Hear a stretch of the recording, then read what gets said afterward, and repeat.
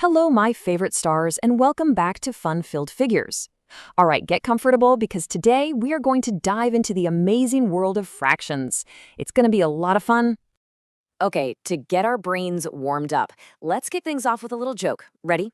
So, why was the fraction 1/4 feeling so stressed out? Any ideas? Because it needed to, wait for it, reduce its problems. Get it? Reduce? Okay, with that little giggle, let's really get started. So let's jump right in. First up, what is a fraction anyway? Let's break it down and discover what it means to be a part of a whole. Think of it this way. A fraction is just a number that's talking about a piece of something bigger.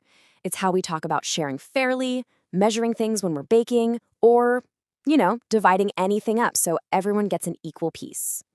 And you know what? We use fractions all the time, probably without even thinking about it. Ever share a pizza?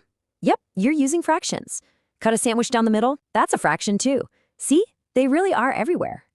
All right, so every single fraction has two really important parts. You can almost think of them as a team. Let's meet them.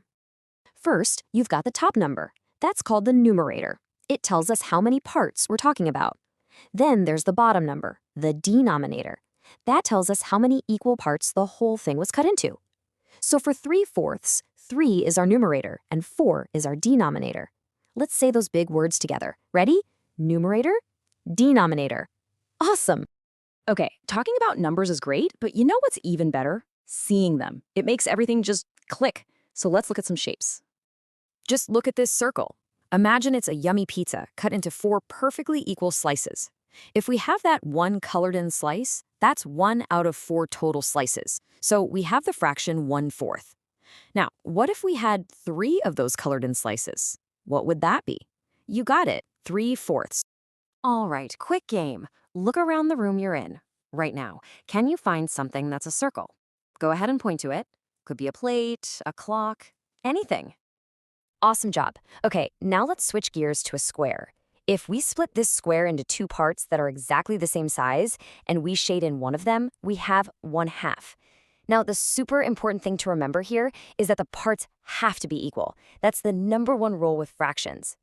Ooh, okay, now for a rectangle. Let's pretend this is a giant chocolate bar. It's broken into 8 equal pieces. If you get to have 5 of those pieces, you have the fraction 5/8. And hey, did you notice something? 5/8 is actually a little more than half the candy bar. Pretty cool, right?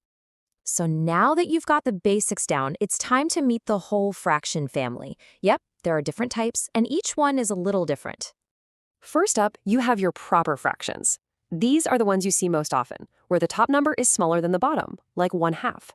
They're always less than one whole thing. Then you've got the improper fractions. These guys are a little wild. The top number is bigger than the bottom, like 5/4. That means you have more than a whole. And last but not least, meet the mixed numbers.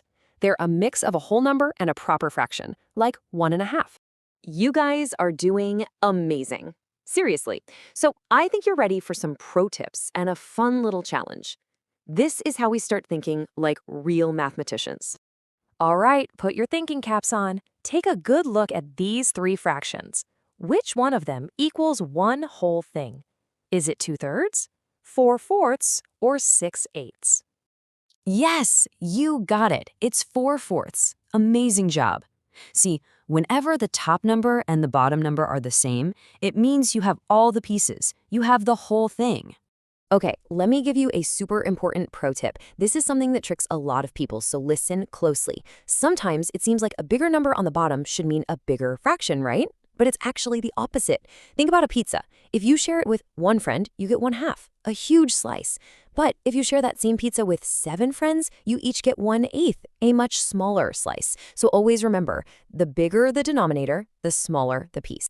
All right, I've got one more for you before we go. Are you ready for this? Why did the fraction bring a ladder to class? Because it wanted to reach the next level. And you know what? That's exactly what all of you have done today. Okay, so here is your official star challenge. When we're done, I want you to go find something around your house, a piece of paper, a napkin, maybe even a cookie, and see if you can divide it into equal parts. Then say the fraction you made out loud. It's an awesome way to see that math isn't just in books, it's everywhere around you. I am so proud of you all. You did a truly fantastic job today. You are thinking like real mathematicians. Remember to keep your eyes open and spot all the fractions hiding in your world. I can't wait to see you again next time on Fun-Filled Figures. We're going to take things to the next level and talk all about how to add fractions. It's going to be great. Bye for now.